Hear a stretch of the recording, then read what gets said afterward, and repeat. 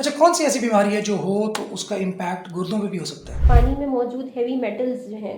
अब एक आम नौजवान है तो वो इसको ट्रैक कैसे कर सकता है? देखिए, किडनी जो है ना, एक साइलेंट किलर टाइप डिजीज़ है। ये तो आपने डरा दिया, ये तो हमारी आधी नौजवान नस्ल में ये सारी निशानियां हैं। पानी जो है वो जो रिकमेंडेशन है वो 1.5 से 2 लीटर पानी हर नॉर्मल आदमी को पीना चाहिए। अच्छा, किडनीज के अब पेशेंट इंसान हो गया तो खुराक का बहुत बड़ा रोल होता है। जो किडनी पेशेंट्स हैं उसमें हम किडनी डिजीज़ को जो है वो डिवाइड करते हैं डिफरेंट स्टेजेस में।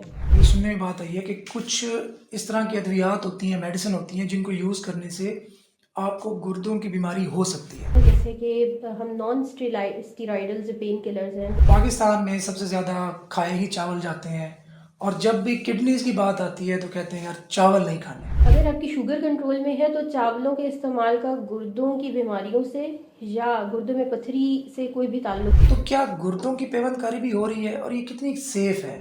सबसे पहले तो यही कि हर चीज़ एतदाल के साथ बेहतर है। अच्छा, डायलिसिस कितना के इफेक्टिव तरीका इलाज है? डिपेंड करता है कि डायलिसिस किस वजह से किया गया है।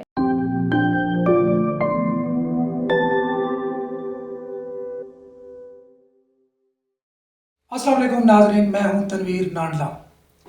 आज का पॉडकास्ट थोड़ा डिफरेंट है। हम ऑनलाइन अर्निंग की अक्सर बात करते हैं, एंटरप्रेन्योरशिप की बात करते हैं, लेकिन इन सब चीज़ों से ज़्यादा कीमती जो चीज़ है वो है हमारी सेहत, जिसके बारे में अक्सर लिखता भी रहता हूँ और आप लोगों को इनक्रेज भी करता रहता हूँ कि सेहत का खास ख्याल रखें। किडनीज गुर्दों का आलमी दिन 9 मार्च हर साल मनाया जाता है। तो उस हवाले से आज हमने ज़हमत दी है एक ख़ास मेहमान को जो कि किडनी के जो मैटर्स होते हैं उनके एक्सपर्ट हैं। हमारे साथ आज मौजूद हैं डॉक्टर मलिहा जौहर, जिन्होंने FCPS किया है और नेफ्रोलॉजी डिपार्टमेंट निश्तर हॉस्पिटल में सीनियर रजिस्ट्रार है। तो मलिहा, कैसी हैं आप? अल्लाह का शुक्र, मैं ठीक हूँ। आपके अच्छा, सबसे पहले तो चूँकि हमारी जो ऑडियंस है ना वो नॉर्मली ऑनलाइन काम करने वाले, पूरा पूरा दिन कंप्यूटर के सामने बैठने वाले लोग होते हैं, तो आपने इन चीज़ों को माइंड में रख के ये भी हमें साथ साथ गाइड करना है कि उन बच्चों को क्या करना चाहिए जो पूरा दिन बैठे रहते हैं, पानी पीने का होश नहीं होता, खाने पीने का होश नहीं होता, कोई टाइमिंग नहीं होती, सोने जागने का कोई टाइम नहीं होता। तो नौजवानों में फिर किडनीज की प्रॉब्लम क्यों होती है? हालांकि ये तो फिर बड़ी एज के लोगों में होनी चाहिए। असल में किडनी के फेलियर की वजूहत जो हैं वो बहुत ज़्यादा, जिसे हम कहते हैं, डाइवर्स हैं। इसमें जो नौजवान नस्ल है उसमें ज़्यादातर लोगों को मौरूसी बीमारियां जिनकी वजह से उनके गुर्दे अर्ली एजेस में फेल हो सकते हैं। अच्छा, कौन सी ऐसी बीमारी है जो हो तो उसका इम्पैक्ट गुर्दों में भी हो सकता है? अगर आप सिस्टेमिक इलनेस की बात करें ओल्ड एज में तो blood pressure, sugar, kidney stone और इसके अलावा बहुत सारे नेफ्राइटिस हैं जिसमें गुर्दों की सोजिश हो जाती है और वो किसी भी उम्र में हो सकते हैं, बच्चों में, नौजवानों में और उम्र रसीदा अफराद में, सब में वो हो सकती हैं। लेकिन और इसके अलावा बहुत सारे इन्फेक्शंस ऐसे हैं जो आपके ब्लड की स्ट्रीम में जाते हैं और उसके बाद वो आपके डिफरेंट ऑर्गन्स के साथ साथ किडनीज को भी मुतासर करते हैं। अच्छा, चलें, ये अब एक आम नौजवान है तो वो इसको ट्रैक कैसे कर सकता है कि मेरी किडनीज की राइट नाउ क्या सिचुएशन है, क्या ये खराबी की तरफ तो नहीं बढ़ रहा है? क्या कोई ऐसा वे है कि जिसमें मैं हॉस्पिटल भी ना जाऊँ, टेस्ट भी ना कराऊँ और घर बैठे मुझे पता चल जाए? देखिए, किडनी जो है ना, एक साइलेंट किलर टाइप डिजीज़ है। तो इसमें अगर मैं आपसे ये कहूँ कि बहुत सारी हमारे पास परसेंटेज ऑफ पॉपुलेशन ऐसी होती है जिनको अपने गुर्दे के हालात का पता ही नहीं होता, तो ये बिल्कुल ठीक बात है। बहुत सी ऐसी अलामात हैं जो कि बहुत सारे लोगों में शुरू में आ जाती हैं, लेकिन क्या अलामत हो सकती है? इनमें आंखों के गिर्द सोजिश का आ जाना, पेशाब में झाग का आना, पेशाब की मिकदार का कम या ज़्यादा होना, पेशाब की रंगत तब्दील होना, जिसमें सुर्ख रंग का पेशाब जो है वो अमूमन नौजवान जो हमारी नस्ल है उसमें वो एक किडनी डिजीज़ को जो है वो शो कर सकता है। सांस का फूलना, भूख का ना लगना, उल्टी, मतली और नींद की डिस्टर्बेंस, ये सब कुछ जो है वो। ये तो आपने डरा दिया, ये तो हमारी आधी नौजवान नस्ल में ये सारी निशानियां हैं। को आंखों के गिर्द ये जो अपने सोजिश या जो हल्के पड़ते हैं ये भी हो सकती है? नहीं, आंखों की सोजिश जो स्पेशली सुबह के टाइम में ज़्यादा होती है वो। जो ये यहाँ पे ये जगह। जी जी बिल्कुल। अच्छा, ये किडनीज के खराब होने की अलामत हो सकती हैं? हो सकती हैं। चलिए, ये तो भाई काम खराब हो रहा है। तो अब पानी पे पूरा जोर देना चाहिए आपके ख्याल में? देखिए, अगर मैं ये कहूँ कि किडनी की हर बीमारी का इलाज सिर्फ ज़्यादा पानी पीना है तो ये बात भी बिल्कुल गलत है। ठीक है, तो फिर इसको अवॉइड कैसे करें? चलिए, अलामात मुझे फील हो रही हैं, मुझे बहुत ज़्यादा तो सोजिश हो रही है आंखों पे, तो देन मैं सबसे पहले पहला अपना स्टेप। ब्लड प्रेशर चेक करवाइए अपना एज पैरामीटर्स के हिसाब से। अगर नौजवान है तो सिर्फ पेशाब का एक टेस्ट करवा लेने से और क्रिएटिनिन लेवल्स करवा लेने से गुर्दों के हालात के बारे में पता चल जाएगा। अगर थोड़ी उम्र ज़्यादा है, जैसे आजकल तो यूजुअली 40s के बाद भी ब्लड प्रेशर शुगर के टेस्ट करवा लेने ज़रूरी हैं। और इसके अलावा सीरम क्रिएटिनिन लेवल्स जिसे हम बोलते हैं, उससे गुर्दों की जो कंडीशन है उसके बारे में बेहतर पता चल जाता है। अच्छा, हमारे मुल्क में साफ पानी ज़्यादा सप्लाई नहीं होता। आपको पता है कि जोहड़ से, और ये जो हमारा फ्लश का पानी होता है वो भी बाज़ औक़ात मिक्स हो रहा होता है, वही हम पी भी रहे होते हैं। बड़ा हालात अजीब से हैं। तो क्या ये पानी भी इफ़ेक्ट कर सकता है हमारे किडनीज़ को? जी बिल्कुल, गंदे पानी के इस्तेमाल से जहाँ बहुत सारी इन्फेक्शियस डिजीजेस लग सकती हैं, उसके साथ साथ पानी में मौजूद हेवी मेटल्स जो हैं उनकी वजह से भी गुर्दों के मुतासर होने का खतरा जो है वो बढ़ जाता है। इसको ज़रा आसान ज़बान में बताएं, हैवी मेटल्स किस तरह? जैसे पानी में अगर हम बात करें कि अगर पानी में आर्सेनिक की मिकदार ज़्यादा हो और इसके अलावा और बहुत से नमकियात हैं, अगर उनकी मिकदार ज़्यादा हो तो उसकी वजह से भी गुर्दे तो क्या मुतासर सिर्फ होने का उबाल के पी लेना इस मसले का हल हो सकता है आपके ख्याल में? सिर्फ उबाल के नहीं बल्कि फिल्ट्रेशन के बेहतरीन मेथड्स जो हैं वो इसके लिए इस्तेमाल किए जाने ज़्यादा ज़रूरी हैं। अच्छा, जहाँ पे गुर्दों की किडनीज की बात हो रही है, तो वहाँ पे एक कॉमन प्रॉब्लम है पूरे पाकिस्तान में कि गुर्दों की पथरी। ये सबसे पहले बताएं कि क्यों होती है, कैसे अवॉइड किया जा सकता है? पाकिस्तान जो है वो वर्ल्ड की उस बेल्ट में है जो स्टोन फॉर्मिंग बेल्ट है, यानी कि यहाँ पे मौसम जो है वो शदीद होता है, गर्मी ज़्यादा होती है, पानी का इस्तेमाल जो है वो हम लोग उस हिसाब से नहीं करते। तो गुर्दों में पथरी जो है वो अमूमन पानी के कम इस्तेमाल की वजह से बनती है। अगर पानी ज़्यादा इस्तेमाल किया जाए तो जो क्रिस्टल्स हैं उनको प्रेसिपिटेट होकर स्टोन बनाने का मौका नहीं मिलता। तो सबसे इम्पॉर्टेंट चीज़ तो इसमें पानी है। इसके अलावा पानी कितना रिकमेंड, हम पानी की बहुत ज़्यादा बात कर रहे हैं, कितना है पानी डेली का आप समझती हैं कि? पानी जो है वो जो रिकमेंडेशन है वो 1.5 से 2 लीटर पानी हर नॉर्मल आदमी को पीना चाहिए।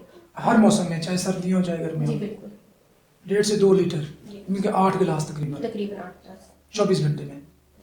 8 से 10 ग्लास लेते हैं। अच्छा, चलें अब खुदा ना खासा पथरी हो गई हमारे यहाँ। मैंने पर्सनली, मेरे कज़न्स को हुई हैं, तो मैंने देखा है कि डायरेक्ट जाते हैं, ऑपरेट करवाते हैं, और उसके बाद कॉम्प्लिकेशंस का एक सिलसिला स्टार्ट हो जाता है। तो क्या कोई ऐसा तरीका है कि इसको बगैर ऑपरेट के ही हम ट्रीट कर लें?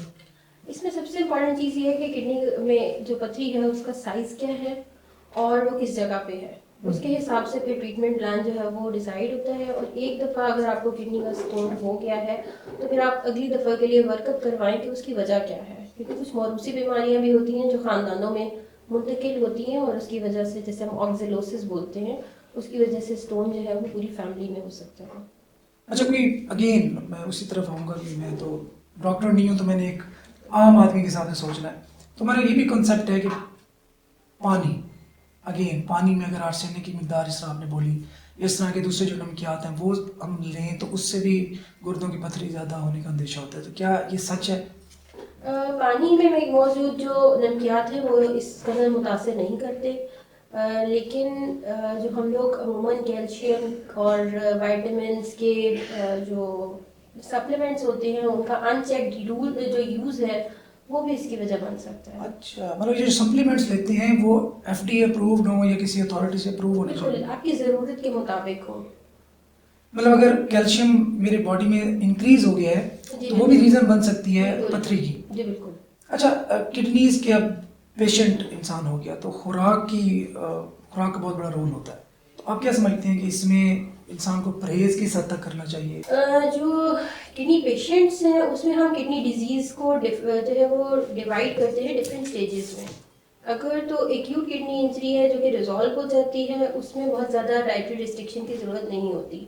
जो क्रॉनिक किडनी डिजीज़ है जिसे हम दायमी मर्ज कहते हैं गुर्दों का, उसमें भी डिफरेंट स्टेजेस होती हैं और हर स्टेज के हिसाब से मरीज़ की जो डाइटरी रिस्ट्रिक्शंस हैं वो अलग अलग होती हैं। तो आपका जो नॉलेज है वो आपको बताएगा कि आपकी गुर्दों की जो खराबी है उसकी स्टेज कौन सी है, आपका मर्ज किस स्टेज का है और उस स्टेज के लिहाज से आपको किस किस्म की अपनी डाइटरी रिस्ट्रिक्शंस करनी है। अच्छा, आमतौर पे ये भी मैंने सुना है, ये सुनने में बात आई है कि कुछ इस तरह की अद्वियात होती हैं, मेडिसिन होती हैं जिनको यूज़ करने से आपको गुर्दों की बीमारी हो सकती है। तो कौन सी ऐसी अद्वियात हैं कि और क्या ये वाकई सच है, ऐसा हो सकता है? जी बिल्कुल, बहुत सारी अद्वियात इसमें शामिल हैं, जैसे कि हम नॉन स्टीरॉयडल जो पेन किलर्स हैं, जैसे हम एनसेड्स बोलते हैं, दर्द कुश अद्वियात, उनके ज़्यादा इस्तेमाल से भी गुर्दों का मसला जो है वो पैदा हो सकता है। इसके अलावा जैसे PPIs होते हैं जो मैदे के लिए अमूमन कैप्सूल्स यूज़ किए जाते हैं, उनके ज़्यादा इस्तेमाल से भी हो सकता है। और भी बहुत जैसे हकीमों की दी हुई देसी कुश्ते और दवाइयाँ होती अच्छा, हैं, लोग तो इस्तेमाल अभी करेंगे। चले, आपने ये बात कर दी, लोग तो टेंडेंसी यही है कि यार ऑपरेट नहीं करवाना, हम फलां हकीम के पास जाएंगे, वो मेडिसिन देगा, गुर्दे की पथरी हमारी खत्म हो जाएगी, ये हमारे किडनीज जो है ना वो रिकवर हो जाएंगे। तो ये जो जंग है ये हकीमों की और ये आप जैसे डॉक्टर्स की, तो ये किसी नतीजा खेज जगह पे क्यों नहीं पहुंच पाती? देखिए, हम लोग तो जब भी बात करेंगे हम बात करेंगे रिसर्च ओरिएंटेड। तो नहीं, रिसर्च भी तो चेंज होती रहती है ना। रिसर्च इवॉल्व तो होती है, लेकिन ऐसा नहीं हो सकता कि जो इनिशियल पॉइंट था वो बिल्कुल कैंसिल हो जाए। जैसे एनसेड्स के बारे में पिछले 30 से 40 साल से एक कंसेंसस है कि इसकी वजह से गुर्दों पे असरात जो हैं वो मनफी मुरतब होते हैं। इसी तरह से देसी अद्वियात से भी मनफी असरात मुरतब होते हैं। अच्छा, पाकिस्तान में सबसे ज़्यादा खाए ही चावल जाते हैं, और जब भी किडनीज की बात आती है तो कहते हैं यार चावल नहीं खाने। तो क्या आप भी उन्हीं डॉक्टर में से हैं? पहले बता दें ताकि हम इस बात को यही ख़त्म करके यहाँ से चले जाएं। अगर आपकी शुगर कंट्रोल में है तो चावलों के इस्तेमाल का गुर्दों की बीमारियों से या गुर्दों में पथरी से कोई भी ताल्लुक नहीं डायरेक्ट है। कोई ताल्लुक बिल्कुल भी नहीं नहीं है। है। चलें, शुक्र, हम कंटिन्यू कर सकते हैं इस पॉडकास्ट में। जी बिल्कुल कंटिन्यू कर सकते हैं, और आप चावलों को भी कंटिन्यू कर सकते हैं। अच्छा, मेरे दोस्त हैं डॉक्टर अफान, वो कहते हैं जी आपने पिज्ज़ा नहीं खाना, आपने समोसा नहीं खाना। उसने गरीबों की तमाम जो खुराकें हैं ना बंद करवा दी हुई है। वो खुद तो माशाल्लाह 5 स्टार होटल में जाते हैं, अच्छी खुराक इंजॉय कर रहा होता है, हम जैसे गरीबों के लिए उसने पाबंदी लगा दी है। तो अब ये जो चीज़ें हैं, like समोसा, ये जो तली हुई चीज़ें होती हैं, किडनीज के हवाले से हम बात करें तो क्या किडनीज पे भी इनका इफेक्ट पड़ सकता है?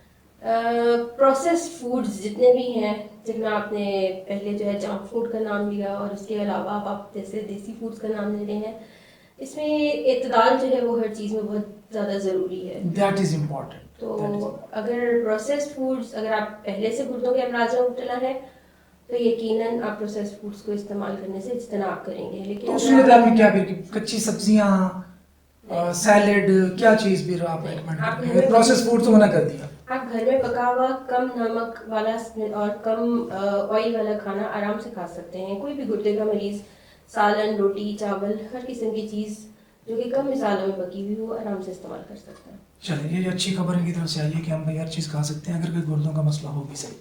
जब आपने इत्तदाल की बात की तो मेरे वालिद साहब अक्सर हमें कहते हैं कि मुझे तो उनकी नसीहत होती है कि excess of everything is bad.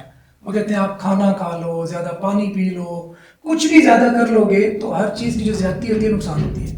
वो एक्चुअली मुझे समझा रहे होते हैं कि बेटा पैसों के पीछे भागना, फेम के पीछे भागना, अपनी सेहत को कंप्रोमाइज़ करना या अपनी मोरालिटी को कंप्रोमाइज़ करना, ये अच्छी चीज़ें नहीं होती क्योंकि excess of everything is bad.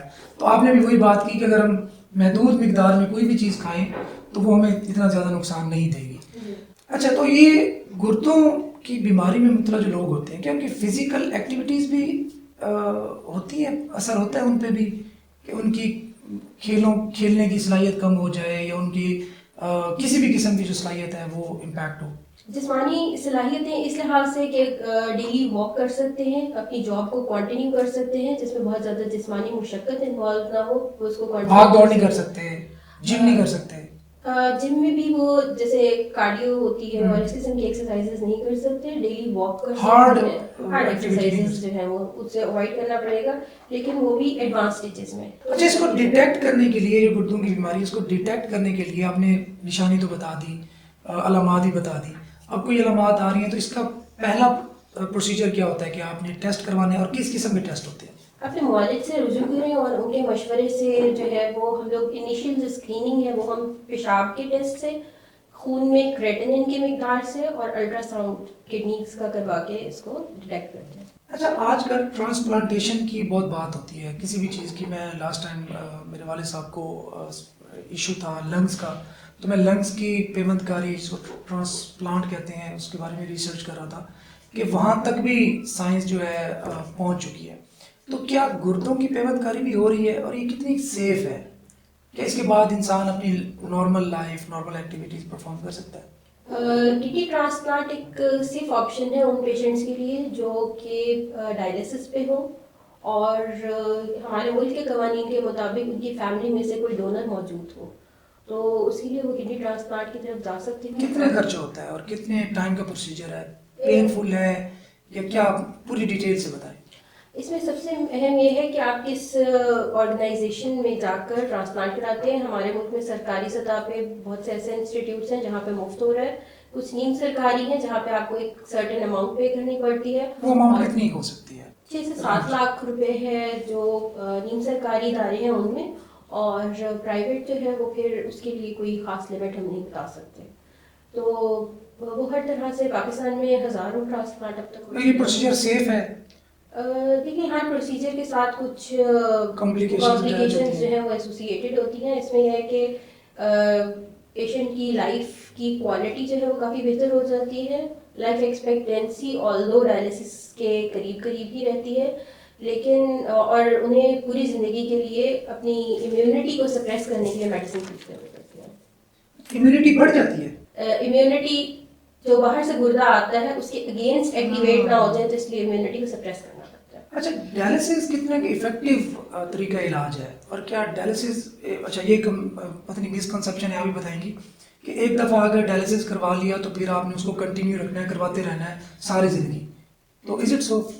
Depend करता है कि डायलिसिस किस वजह से किया गया है। अगर तो एक्यूट किडनी इंजरी है जिसमें रिवर्सिबल डैमेज है, तो उसमें हो सकता है चंद डायलिसिस के बाद मरीज का गुर्दा दोबारा से काम शुरू कर दे और फिर पेशेंट को दोबारा रिकवरी के चांसेस हैं? हाँ जी, एक्यूट किडनी इंजरी में। इसके अलावा एक दूसरी टाइप है जिसमें हम जिसको नाइनी मर्स कहते हैं, क्रॉनिक किडनी डिजीज। उसमें डायलिसिस पे पेशेंट को हफ्ते में 2 से 3 मरतबा पूरी जिंदगी के लिए अपने डायलिसिस जो है वो जारी रखने होते हैं, और ये एक कामयाब तरीका इलाज है। बहुत सारे लोग इसके साथ अपनी नॉर्मल लाइफ एक्टिविटीज भी कंटिन्यू रखते हैं। चलिए आखिर में आप हमारे देखने वालों को, जैसे मैंने पहले बताया था कि हमारी ऑडियंस है इंटरनेट पे काम करने वाले, लैपटॉप के सामने बैठने वाले, और उन्हें कोई फिक्र नहीं है, नींद का कोई स्केड्यूल नहीं है, खाने पीने की कोई रूटीन नहीं है, उनको आप क्या सजेशंस देंगी कि वो अपनी लाइफ को कैसे बेहतर बना सकते हैं? ओबेसिटी एक बड़ा प्रॉब्लम है, वज़न बढ़ जाता है, पेट बढ़ जाता है, तो वो लोग क्या करें? और आंखों का भी बड़ा मसला होता है, तो आप डॉक्टर होने के नाते आप थोड़ा सा बताएं कि किन किन चीज़ों में एहतियात हम लोग ज़्यादा करें। सबसे पहले तो यही कि हर चीज़ एतदाल के साथ बेहतर है, तो पानी का इस्तेमाल ज़्यादा करें और अपनी खुराक को जो है वो सिंपल रखें, जंक फूड से और प्रोसेस फूड से थोड़ा इज्तनाब करें। अब रात के 3 बजे मिलता ही जंक फूड है ना, उस वक्त तो अब अम्मा को बंदा नहीं कह सकता कि उठ के मुझे रोटी बना दो। उसमें भी आप थोड़ी सी हेल्दी चॉइसेस की तरफ, फ्रूट्स की तरफ जो है वो मतलब instead of taking junk food आप फ्रूट्स ले सकते हैं। फ्रूट्स ले सकते हैं। अच्छा, फ्रूट्स के बारे में भी ये होता है कि आप रात को नहीं ले सकते क्योंकि उस टाइम आपका जो हाजमा होता है वो सही काम नहीं कर रहा होता, आपका स्टमक, क्या ऐसी कोई चीज़ है? नहीं, ये सब मिसकॉन्सेप्शंस हैं। अगर आपका मैदा जो है उस वक्त एक लोडेड पिज़्ज़ा जो है या एक लोडेड बर्गर को हजम कर सकता है तो फ्रूट क्या चीज़ है? वो फ्रूट भी कर सकता है। अच्छा, दूसरा साथ लाइफस्टाइल के बारे में बताएंगे, हमारी जो कम्युनिटी है उनको lifestyle आपकी कैसे- कम्युनिटी का सबसे बड़ा मसला तो नींद का पूरा ना होता है। एग्जैक्टली। तो नींद, और फिर हम रात को जागने वाले लोग होते हैं हाँ, ना, वो उसकी फिर वजह वो से नींद पूरी करने के लिए पूरे दिन में हमें समझ लेंगे चंक्स में, किस्तों में सोना पड़ता है। कि आपके सर्केडियन रिदम को थोड़ा सा डिस्टर्ब तो करता है, लेकिन इसके लिए ज़रूरी ये है कि आप अपनी टाइमिंग्स को इस तरह से सेट करें कि आपकी ज़िंदगी और सेहत पे सवाल ना आए। ना ही समझिए, ये तो काम ना हो सकने वाला है। चलिए, डॉक्टर मलिहा हमारे साथ मौजूद थी, आपका बहुत बहुत शुक्रिया। Thank you sir. आपने इतनी अवेयरनेस दी हमारे पाकिस्तानी फेलोज़ को, तो इंशाल्लाह ताला आपको दोबारा भी ज़हमत देते रहेंगे। चलें जी, इंशाल्लाह एक और एपिसोड मिलेंगे पॉडकास्ट की। अल्लाह हाफिज़।